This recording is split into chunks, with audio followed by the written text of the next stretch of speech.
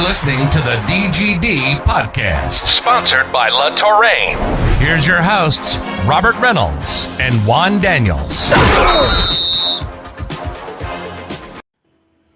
All right. Hey, welcome to the DGD Podcast. And I know you heard Robert Reynolds' name on there. He's not going to be on the podcast today, but he definitely will be in the chat. So make sure that you give him a shout out in the chat. So, hey, let's just make sure that Bones Brigade chat is going to be hopping today. So got some exciting things to talk about. First and foremost, it's going to be the dawn of the dogs. We're going to preview the Orange Bowl. So it's going to be the Georgia versus Michigan, the number 2 Michigan Wolverines versus the number 3 Georgia Bulldogs. And just before at the end of that, you just saw La Touraine. So this is one of our sponsors, La Touraine. So they make custom-made watches. They're absolutely amazing. I think Robert has actually shown a couple of his watches that they've had. So they're custom-made.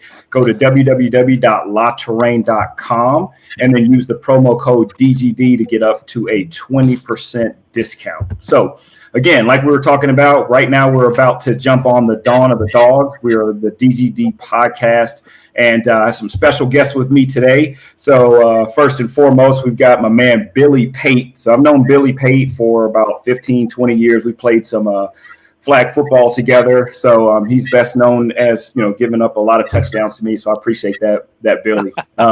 We also share a huge love of movies. Trading Places is definitely one of our favorites. And one of our favorite lines is, who has been putting cools out on our floor? So on my floor. That's what I'm talking about. So I want to introduce Billy Pate. So Billy Pate, just introduce yourself a little bit and then just talk about your journey real quick on being a Georgia Bulldog fan. Yeah, man. Grown up here in Gwinnett County, Georgia raised, always been a Bulldog fan.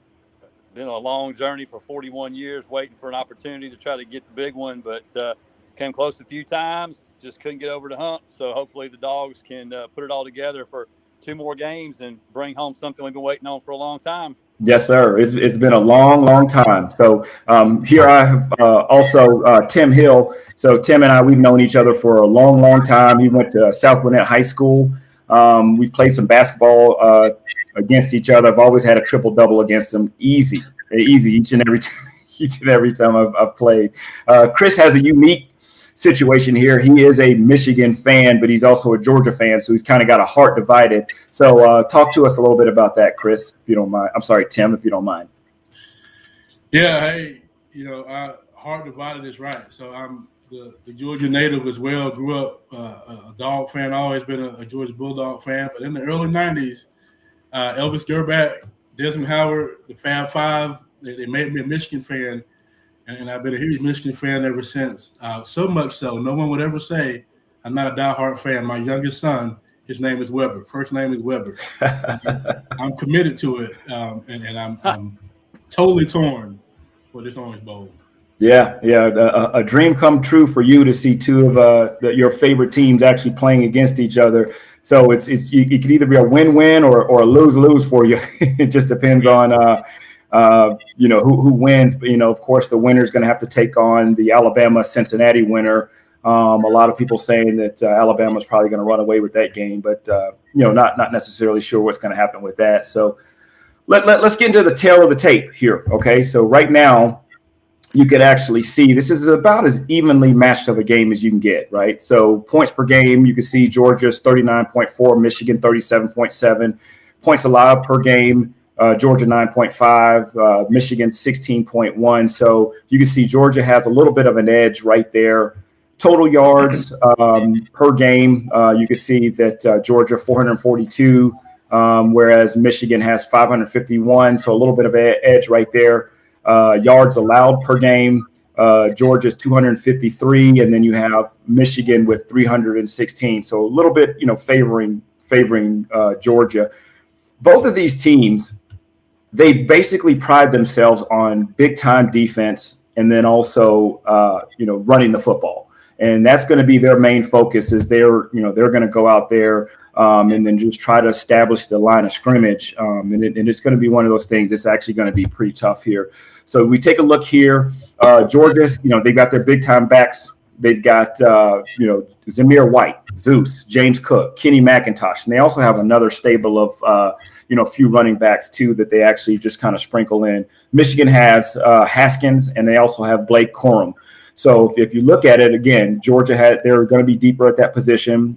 Michigan has more star power. You can see that they have, basically now 2,000-yard rushers for Michigan. And then, of course, you see where Georgia, they just kind of have a carousel of backs here. So there's not going to be one that's going to be a major superstar, but they basically get the job done. Michigan's rushing attack 9th in America, and then Georgia's 28. Another thing you can look at here is going to be the receiving, and you can see here that Georgia has Brock Bowers, Ladd McConkey. It's going to be is George Pickens going to be available? Is Jermaine Burton going to be available? So they have the weapons. It's just going to be a matter of, are they going to be available? Michigan has Johnson. They have Wilson. So they have a stable of receivers that can actually go and get the job done. Georgia has a little bit of an edge right here on this. One of the things that you can really look at between the running backs, between the receivers, is there's really no game breakers. There's really no game breakers. You're not going to be able to go out and win a championship relying solely on your tight end. And of course, when it comes to the receiving, Brock Bowers is going to be that top guy. The last thing we want to look at is just going to be the quarterback play. So this is actually pretty even. You can see here both of them completing 64% of their passes. Both have thrown for nearly the same amount of yards. 2,400 with McNamara, 2,300 with Stetson Bennett. So they're going to be pretty evenly matched up all across the board. So now what I want to do is I want to just kind of kick it over to you guys here to kind of see what your keys to the game are. So, Billy, I'll start with you. When you actually look at this Georgia-Michigan matchup, what are your keys to the game? I think how Georgia bounces back from the beating that Bama gave them. They were so good all year, and the defense had not had really a bad game. Maybe a few bad plays here and there on some long balls they gave up to South Carolina, Tennessee. But the defense had been there all year, and it wasn't there in the championship game. So how do they bounce back? Are they going to have a confidence problem? Are they going to come out with a chip on their shoulder? If they can come out and stop the run, because Michigan is going to focus on that, try to run it down our throat. If Georgia can stop the run and force the pass, can they get some turnovers? Can they hold them to field goals, or can they get some 3 and outs? So I think the defense will be the first key. Second key, as everybody's talked about, is what will Stetson Bennett be able to do? I think he's had a good year. He gets a lot of criticism. Everybody wants to look at JT Daniels, been standing over here on the sidelines. Why isn't JT playing? I like both of them, but I don't have a problem with Stetson. I think he'll do fine. I don't think he's played poorly. He put 24 points on Bama, which isn't bad. I think if he can just continue to control the clock, be a game manager like he's been all year, make some plays with his feet when he needs to, find Brock Bowers over the middle, hopefully find Pickens deep, or maybe Kyrus Jackson, somebody that can get downfield and stretch the field, open up a few things for McIntosh and Zamir White and those guys in the backfield. You can get enough points that you can beat Michigan. But I think, how's the defense's confidence, and what will Stetson Bennett be able to do? Yeah, you're absolutely right. I agree with you 100% on that. And like I said in the last podcast, 24 points, that's enough to win a football game based off of how Georgia's defense has played throughout the year. So, you're not necessarily asking Stetson Bennett to go out there and be a game changer or somebody that's going to be this breakout guy. If we're asking him to throw the ball more than 30 or so times, we're in a lot of trouble. Right. And that's going to be the basic thing right there. Can we establish the line of scrimmage? That's going to be the biggest thing. One of the things that you talked about. And then also, are we going to be in shape? Alabama exposed us. They exposed one of our top defensive linemen who could not stay on the field. And obviously he's not a great pass rusher, Jordan Davis. He's a big time, huge run stopper. But, is Michigan going to, pick up the pace? Are they going to sit there and do a no huddle to try to make that defense tired? Because eventually what happened in that Alabama game is our defense broke. So, again, are we going to be able to, sustain drives? We didn't do a very good job of sustaining drives in that SEC championship. I'll kick it over to you. Tim, what are your keys to the game for Michigan? Similar to what you both described, I agree totally with both of you. I think the battle will be won in the trenches. If you neutralize that, we both have great defense. Who's going to make the best adjustment? I think it will come down to quarterback play. Jim Harbaugh's done a good job of inserting McCarthy at the right time, and he makes that right play, give that right spark. Can Georgia's defense adjust to that? How is Michigan going to use McCarthy when McNamara is not in the game? And you're right. Everybody in the world is looking at that SEC championship film. So can Michigan put the ball down the field like Alabama did, and can Georgia correct those problems enough to stop that long ball? Yeah, you're right. I mean, Georgia did get exposed in the secondary. And so you would wonder if, is Jim Harbaugh going to ask Cade McNamara to do a little bit more passing than he normally does? I mean, you look at the Ohio State game, which they absolutely, kind of punished Ohio State and got that monkey off their back. Cade McNamara only threw the ball 19 times. And then, of course, if you look at, you going back to Georgia and Stetson Bennett, for the most part, in most of these games, he hadn't thrown the ball more than 21 times. So if you're asking both of these quarterbacks to throw a little bit more than they have to, what does that say? Is panic mode set in? And basically where do you go from there? I see one of the things that somebody said is that this has a feel of that Clemson game, that very first game where you've got two stout defenses. You got two guys that are just, defenses that are going to be top notch. You got offenses that are so-so, they're okay, they get the job done. Who's going to make the biggest defensive play? Who's going to make that play that's going to, just kind of set the tone? I'll kick it over to you, Tim. What are your thoughts? Is there somebody that is there's going to a particular thing that you are looking at that may happen that's going to set the tone for this game? I have always been a firm believer defense wins championships, right? I grew up a defensive guy. I love a good defensive football team. And you're right. We got two great defenses. I also believe you dance with who you came with, right? So Michigan got there pounding the football. Can they pound the football enough to keep Georgia honest to trying to stop the run? I think it's going to be huge. I just saw a headline come across. One of our starting DBs, Michigan defensive backs, I'll get the name, is questionable. He's not even with the team right now. So that may be huge as well. But I think it's going to come down to which defense gets the crucial turnover at that crucial point in the game, or that fourth down stop to switch that momentum to get the other one over the hump. Awesome. Before I turn it over to you, Billy, I see we have Joel Sanders. She said, "What the Billy Pate?" Hi, Billy. So you're getting a shout out already. Billy just did on here, and he's already got a fan.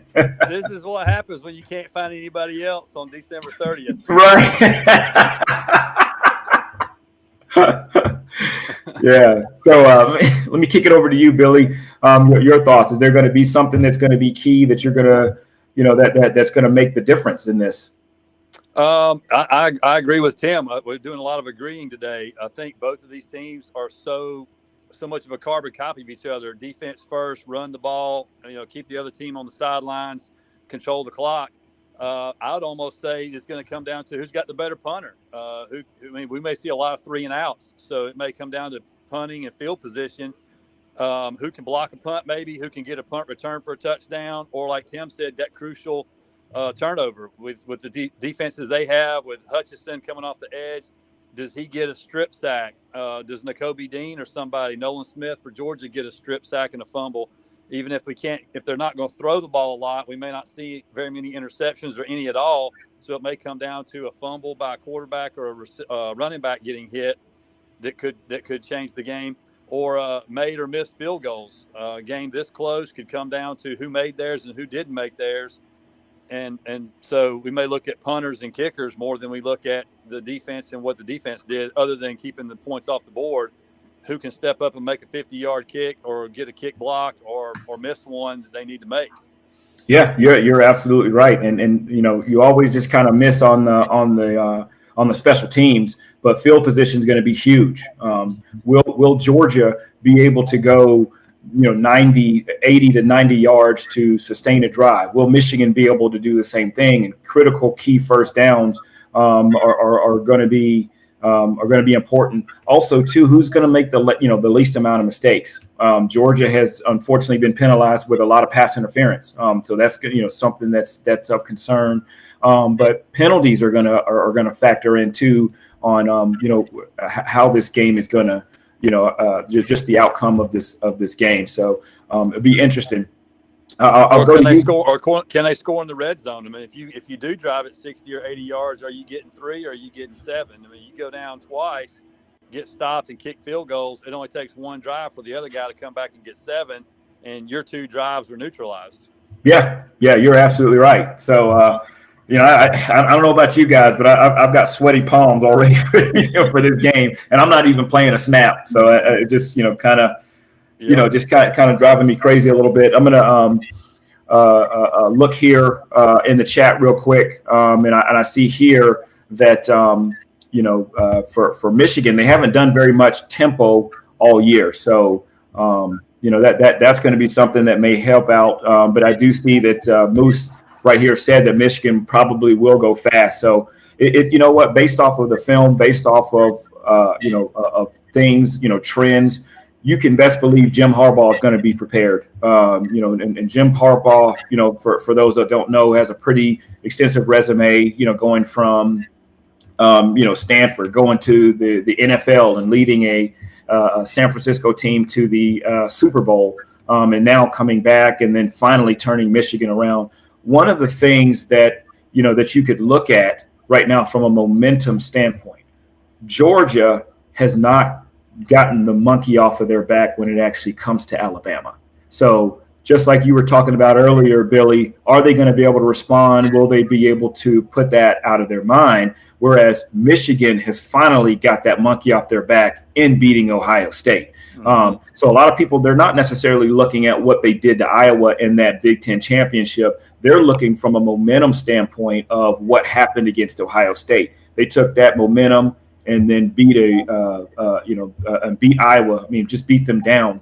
And Iowa actually defensively is pretty good. I mean, they're one of the top teams in the nation when it actually comes to defense. And so will that give Michigan some momentum going into that game versus Georgia? So, we talked about those keys of the game. I'll start with you, Billy. What is your biggest concern? What is your biggest fear when it actually comes to this game? A repeat of the SEC championship.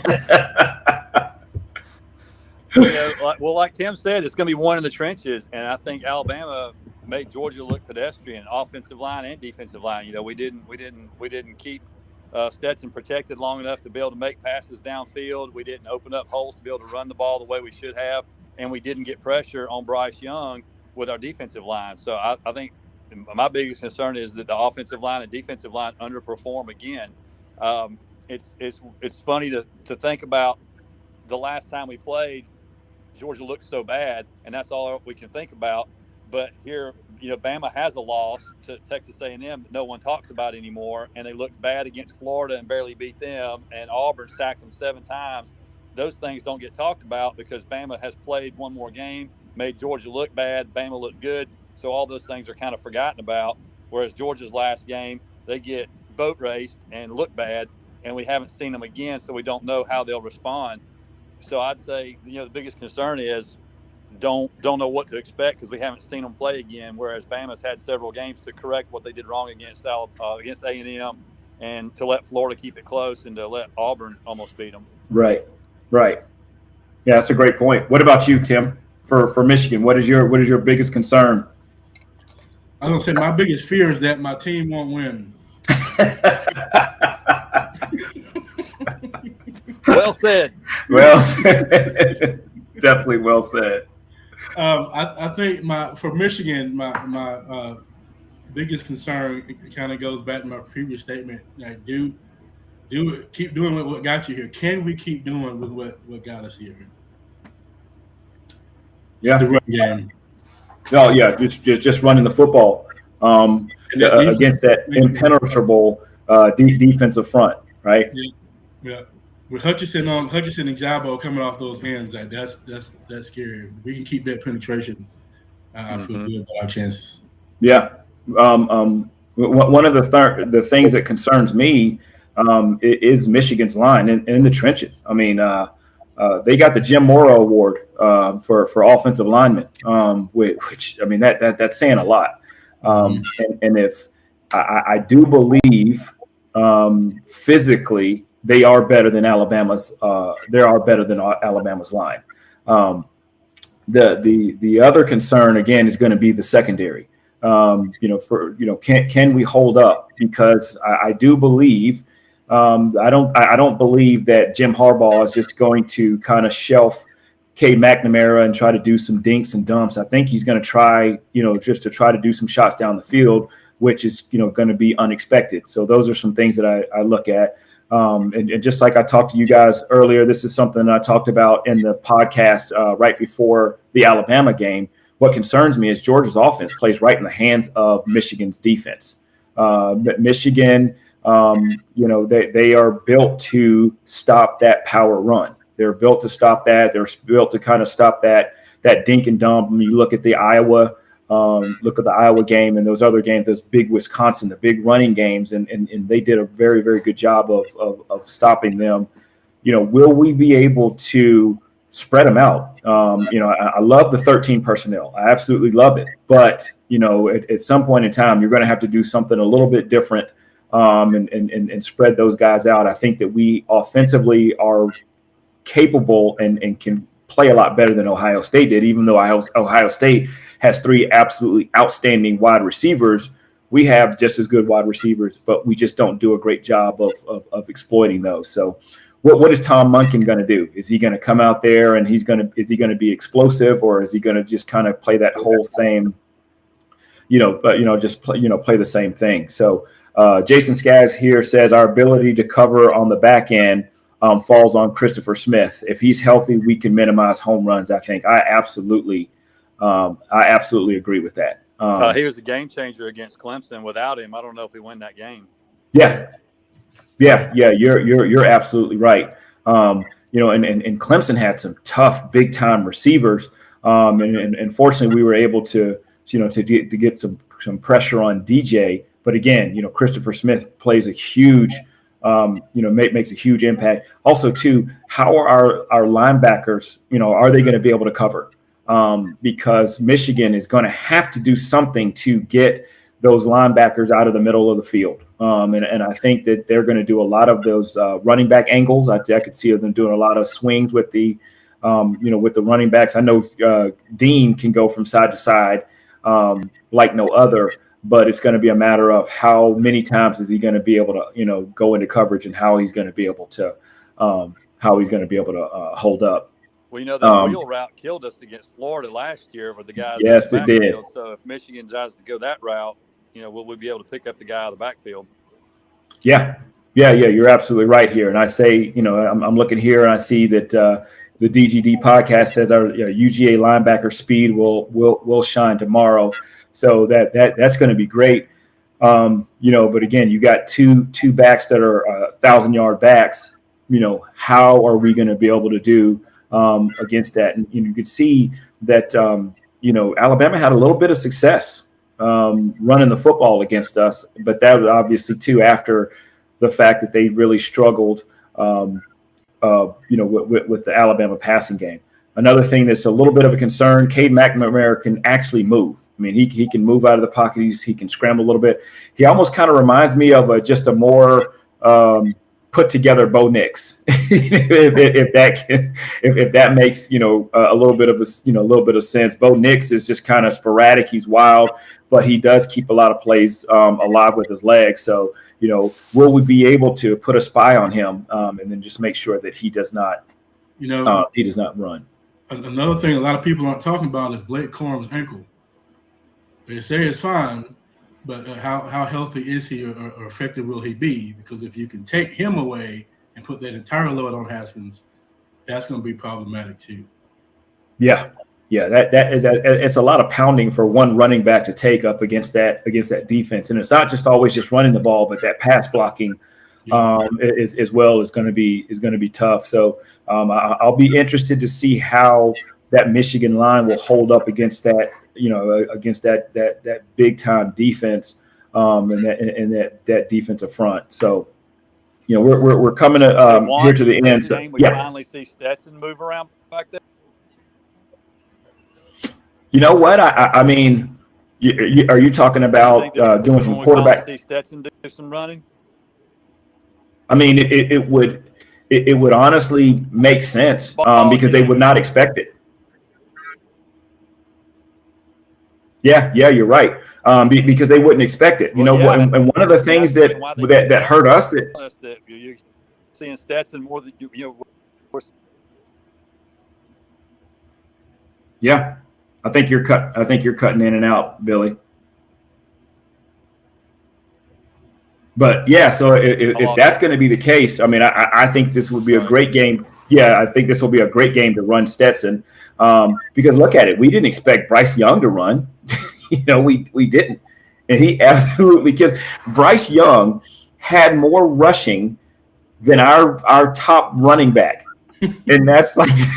That's a problem. We obviously did not prepare. We've done a very, very poor job of preparing for Alabama quarterbacks historically, and we need to stop it. We definitely need to stop that. So hopefully we'll be a lot more prepared for McNamara. But also, too, one of the things that Tim brought up earlier is using that additional quarterback that actually is just a lot more mobile. So we're just going to have to be able to recognize that and and hopefully make the correct adjustments for that. So, well, here it is. It's right now. We're getting ready to get into score prediction time. All right. So a lot of scores out there. The line is 7.5, which I think is absolutely I think that's crazy. And then also too, I think the over, if I'm not mistaken, is it 54? Is like either 51 or 54.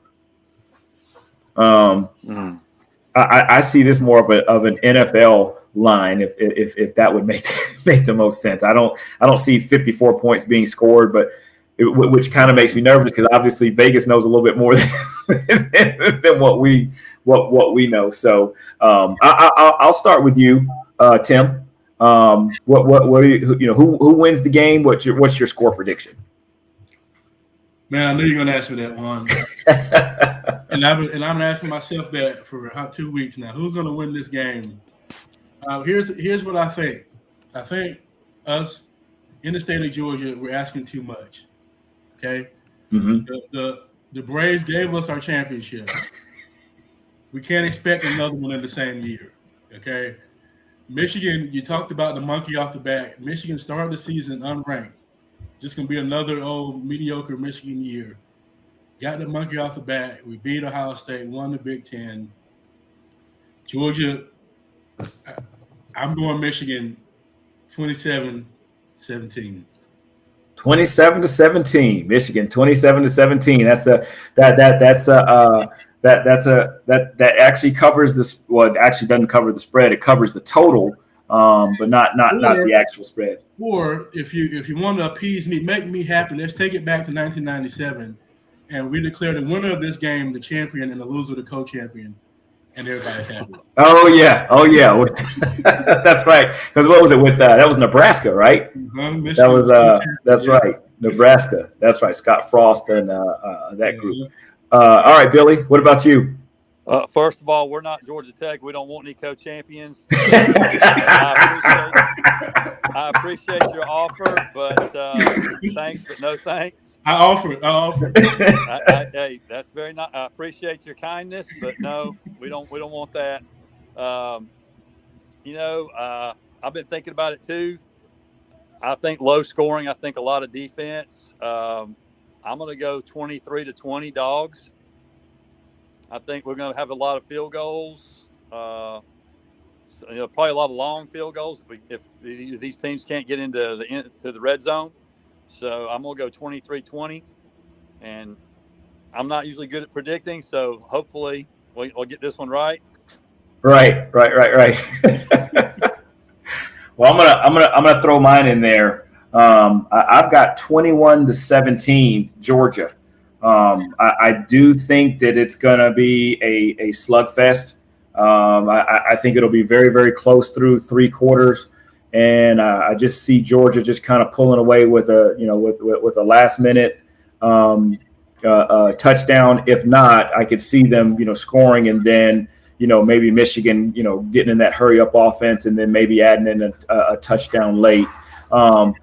I do think it's going to be a slobber knocker. It's going to be low scoring. I agree with Billy on the field goals. There's going to definitely be some field goals. And that's going to be my New Year's resolution is just to make sure that I just believe in the Dogs, because just like all of us, we just kind of we just kind of get nervous.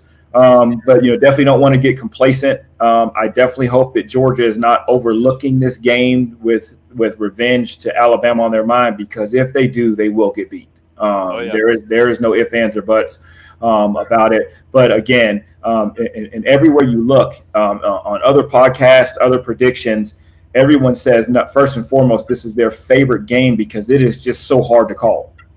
It could go either way. They've never seen two teams that are so evenly matched. You got two great head coaches in Jim Harbaugh. You got Kirby Smart. I've had the luxury to play with both of them, so I think that's kind of that's kind of cool. But obviously, Dogs runs in my blood, so I've definitely got to pull for them. But it's going to be an awesome game. Looking forward to it. Looking forward to chatting it up with Tim and Billy. During the game, I just, obviously we're hoping for a different outcome, and and just like it took the Braves so long, it's our turn, Tim. it's our turn, man. Hey, Juan. Yeah. By the way, I will give that World Series back right now. Yeah. Oh, yeah. Shoot, yeah. If there's a dog fan who thinks the World Series is worth it, yeah, man, you can have it back. You can have it back. You can have the parade back and everything. Man, they just take it all back. I don't need. Plus, I heard the parade thing. They sped by. They said that parade, everything was just so fast. I can guarantee you, if Georgia wins this whole national championship, it will be a march through Georgia, just like Sherman did back in the day. I think we're going to start from the very, very top, up there in green gold, and we're just going to march all the way down to the sea. I mean, it's going to be, and you know what, Tim? The great thing is it's a win-win for you. It's definitely a win-win for you. If Georgia wins the national championship, I will be unfriended on Facebook immediately by about half the people, because I remember everything that has ever been said to me for the last 41 years. Oh, yeah. Joking and underachieving and can't win the big one and wait till next year and all the other crap I've had to hear. I will be unfriended immediately if Georgia wins. I can bet you. And I tell you what, I know that everybody's saying that Alabama's going to roll over Cincinnati. I think that Cincinnati is going to present a lot more problems to Alabama than most people can think of, because, again, Alabama struggles with that spread. They struggle with those athletic quarterbacks. Cincinnati's defense is not bad. Cincinnati's playing with house money. I mean, they're not supposed to be here. Right. If you lose to Cincinnati, I mean, Alabama's got all the pressure. If they win, great. If they don't, hey, you had a great season and you got in. But I wouldn't want to play Cincinnati. No, not right now. Like I said, those guys, they're playing big time. And again, I was just listening to them talk about Ritter, and he's played, the biggest in big games. So, when they beat Houston, when they beat Notre Dame, I mean, he's actually played some pretty big time mistake-free football. Yeah. So, and they've got a whole city behind them. They're in uncharted territory. They're somewhere that they haven't been before. You can best believe that they're going to give them everything that they have. And how wonderful would that be if we had a rematch against Cincinnati? Because I think we match up obviously a lot better versus Cincinnati than we do Alabama. Hey, they're playing Alabama. They got the whole country behind them. They don't just have the city behind them. Yeah, they have everybody. Yeah, they have everybody behind them. Yeah, they absolutely do. So like I said, I don't want this to be the year that we have to get Alabama off our back. I'd rather them just be knocked out and then we have an opportunity to play Cincinnati. if that happens. So it's going to, like I said, first things first. We've got to start tomorrow. It's just going to be big. And man, oh man, hey, and also Tim, I know you've got that extra ticket. I know that's going to be tough. I know you wish you could unload that on somebody, but I tell you what, that's going to be a great, crazy game. So yes, sir. So before we hop off, Tim, tell everybody where they could find you on social media. I am at TIMSR58 on Instagram and Timothy Hill on Facebook. Awesome. What about you, Billy? Just Billy Pate on Facebook. That's about all I've got. That's all I got time for. I'm an old man. I can't keep up with all this social media stuff. So. Awesome. And I got to give a shout out to my youngest, Brookie Five-Fowl. She got her Brock Bowers jersey for Christmas. She's fired up for the game and going to be all right. We're going to the girls' basketball game tonight, and so she's fired up for Brock Bowers to have a big game. Yes, indeed. So, hey guys, thank you so much for hanging out with us. I really appreciate it. Would love to have you guys on again at some point in time. And also to our chat, the Bones Brigade. Thank y'all for hanging out with us. And just making this just an awesome podcast. Got some top-notch guys here. Everybody's excited about the game. Hey, and if you like the podcast, definitely hit that like and subscribe button, and also share it with your friends. So, hey, great to be on here. We're about to head out. Thanks for listening to the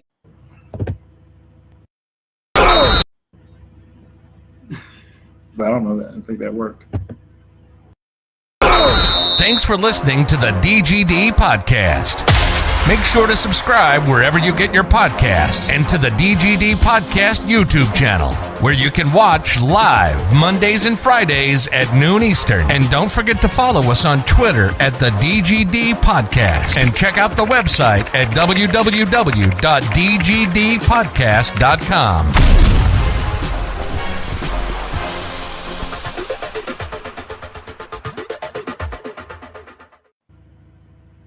Hey man, thank y'all for jumping on here, man. That was fun.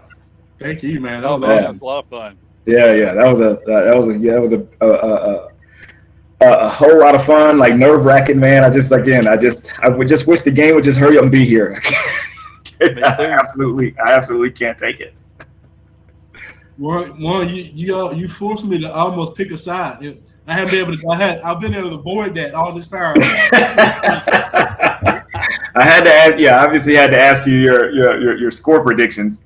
That's a tough one. I was representing Michigan on every question. I'm like, man, I got something to say about the Dogs too, but I don't know what I want to say. Yeah.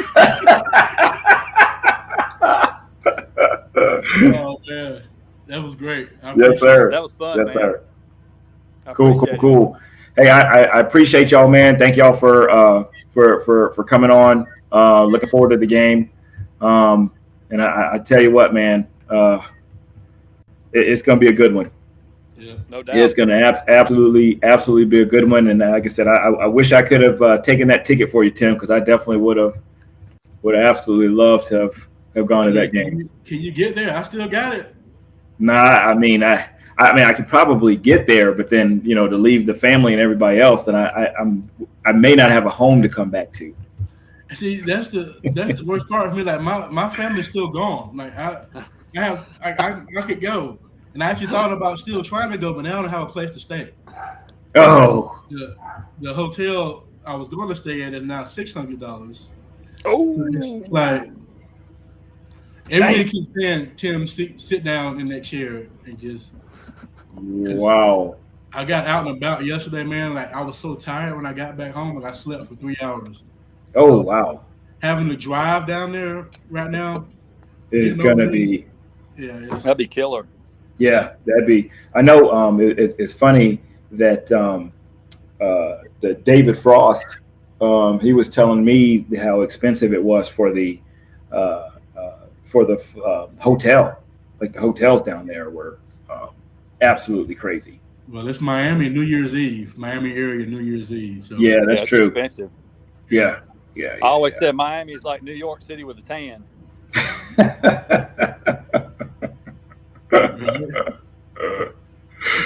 Yeah.